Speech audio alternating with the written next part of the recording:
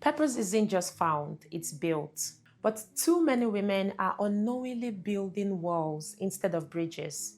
So let's talk about what might be holding you back. Hi, beautiful. I'm Jessie, also known as the Love Doctor and your captain on this journey to purpose and power. Thank you to everyone who watches, subscribes, comments, and shares these videos. Your support means the world to me. If this is your first time, welcome. I hope you like it here and stay. I am passionate about helping young and middle-aged women communicate effectively and rise into the best version of who God created them to be. Confident, faith-filled, and unapologetically aligned with their calling. Isaiah 40:31 says that we are built to soar, and I believe that the exceedingly abundantly above all you can ask or think kind of life isn't just possible, it's promised. So if you're tired of settling, welcome to the winning side, the side of purpose, power, and daily fulfillment. So today, I am going to be talking about 5 habits that blocks women from living in purpose, part 1. And this is the introduction.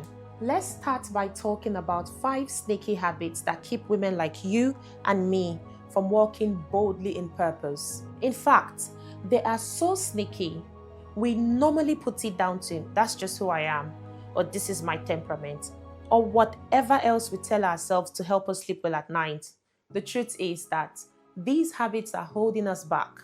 So grab your cup of tea, pen and paper, and open your heart to see what God is saying, and then ask for help to be all God has called you to be. Number 1, people pleasing. We say yes to keep the peace, but every yes to others is often a no to yourself and God's purpose for you. Galatians 1 verse 10 reminds us we're not here to win the approval of people, but of God. Number 2, perfectionism. You know them ones where you're just waiting for everything to be right before you act? Sis, that is fear in disguise. God uses imperfect vessels. Progress and not perfection is the goal. And you will find that in 2 Corinthians 12 verse 9. Number 3, prayer avoidance. We avoid prayer when we feel guilty, tired, or overwhelmed. But that's when we need it the most. Don't let shame steal your lifeline to peace, wisdom, and power. Number 4, poor boundaries. Purpose needs protection. Constantly accessible equals constantly depleted. Boundaries are not unkind, they're holy. Proverbs 4:23 says, guard your heart. And finally, number 5, negative self-talk and pessimism. If your inner voice spoke to your best friend like that, would you allow it? So stop speaking negative things about yourself. Instead, speak life. You are not who you are. You are who God is calling you to be. And you can find more in Proverbs 18 verse 31. So we now know the habits. But what do they actually look like in real life? I'm so sure people are like, I'm not like that. Don't worry, sis, I've got you. Let's look at real life examples of these 5 habits. We spoke about people pleasing. You say yes to helping with that request, even though you're exhausted. You let someone speak over you in a meeting or in conversations, or even make decisions for you because, I don't like trouble. You shrink your opinions to avoid conflict. You feel resentful, but you say, it's fine. Is that you, sis? We also spoke about perfectionism. You've been planning that business idea for 2 years, but you haven't launched it. You won't post content unless it's flawless. Right angle team, no mistake, always on point. You beat yourself up over very small mistakes. So what if you said the wrong things or misheard what was said to you? We're human beings, not a robot. You rather not try than risk failing in public. We also spoke about prayer avoidance. You see you scroll through Instagram for an hour, but you feel too tired to pray. I'm also on that table. You can Netflix for 5 hours straight, but fall asleep once you open your Bible. You say, I'll pray later, but later never comes. You feel unworthy to talk to God when you've messed up. You keep trying to fix life without inviting God in. We spoke about poor boundaries. You take work calls during your rest time. They did not return the money the last time you borrowed them, yet you keep lending them more money. You let that friend trauma dump on you again. Even though you're emotionally tired, you say yes because they'll be upset if I don't. Your peace is always the price you pay. Is that you? Finally, we spoke about negative self-talk and pessimism. You wake up already expecting the day to go wrong. You constantly call yourself stupid or lazy. In your head, and sometimes out loud. Sometimes you even say these things to make others feel better or to excuse their wrongdoing. You know them ones that say, no, it's not you. I'm the one that is acting stupid. You downplay your wins. It's not that big of a deal. It was just a little article. You wouldn't let anyone speak to your sister like that, but you allow it inside your head. Sis, if any of these sound familiar, you're not alone. The good news is you don't have to stay stuck. Awareness is the first step to freedom. Now we've mentioned the 5 habits. We've looked at what they look like in real life. Let's go to the cause and effect principle. Why do these habits keep you stuck? The thing is, everything you do, feel, or struggle with is not random. It has a root cause. And that cause, if left unchallenged, produces real emotional and spiritual defects. I'll pick 2 or 3 of these habits and explain to you how the cause and effect principle plays out. For example, perfectionism. The cause is because of the fear of failure or judgment, or the belief that love or worth must be earned through flawlessness. In effect, you stay stuck in overthinking. You delay obedience. You miss God's timing. You rob yourself of joy and momentum. Let's take another example. Poor boundaries. Because you believe that saying no is unkind, or the fear of being misunderstood, or the fear of abandonment.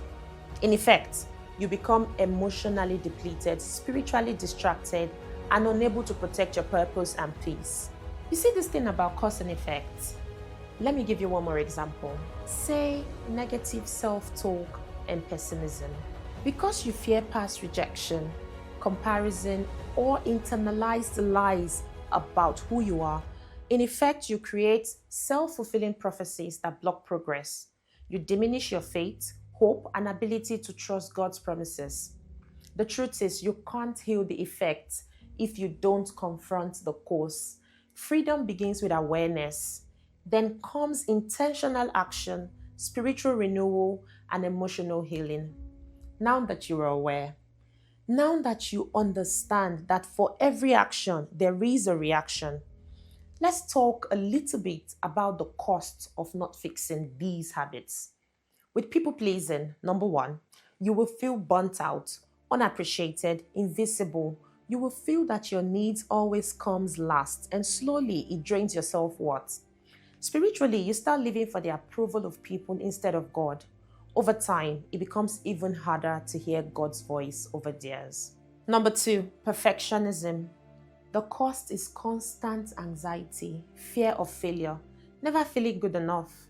You rob yourself of joy in the journey. Spiritually, you place faith in your performance, not God's power, and you start believing God only uses you when you get everything all right. Read 2 Corinthians 12:19. You see what I mean. And we can go on and on about the spiritual cost and the emotional cost of these 5 habits, but I think you already get my point. Sis, these habits don't just drain your energy, they drain your purpose. But now that you've seen them clearly, I am certain you can break free from them boldly. Now, because freedom doesn't come from trying harder, it comes from doing things differently over a period of time. Let me tell you one small shift to try for each habit. Number 1, people pleasing. Choose truth over comfort.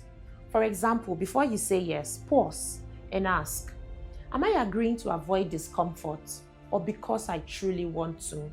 Say something like this: let me get back to you, instead of just agreeing on the spot. Buy yourself some space to be honest. Number 2, perfectionism. Choose progress over performance. The small shift could be set a 30-minute timer and do the tasks imperfectly but completely. Try this. Pause the video. Send the email. Wear the outfit. Even if it is not 100%, done is better than delayed. Number 3, for prayer avoidance. Choose connection over guilt. The small shift could be start with just 2 minutes of honest prayer. No perfect words, just presence. Try this. Set an alarm labeled Talk to God. Maybe every hour or every 2 hours. And talk to God for 2 minutes. He's waiting, he's not judging you. Number 4, for poor boundaries. Choose honor over hustle. The small shifts could be say no once this week. Kindly but firmly. And don't explain unless it's necessary.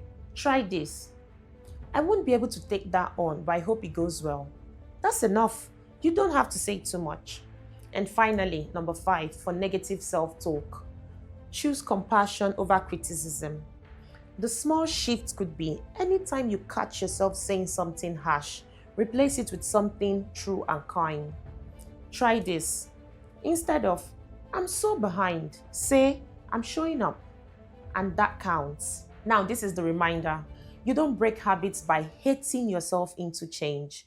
You grow by choosing again and again, gently and consistently with God's help. And that brings us to the end of the video. Which of these habits are you working on breaking? Leave a comment so we can share with each other and grow on this journey together. And hey, if something in this video sparked something in your spirit, don't keep it to yourself.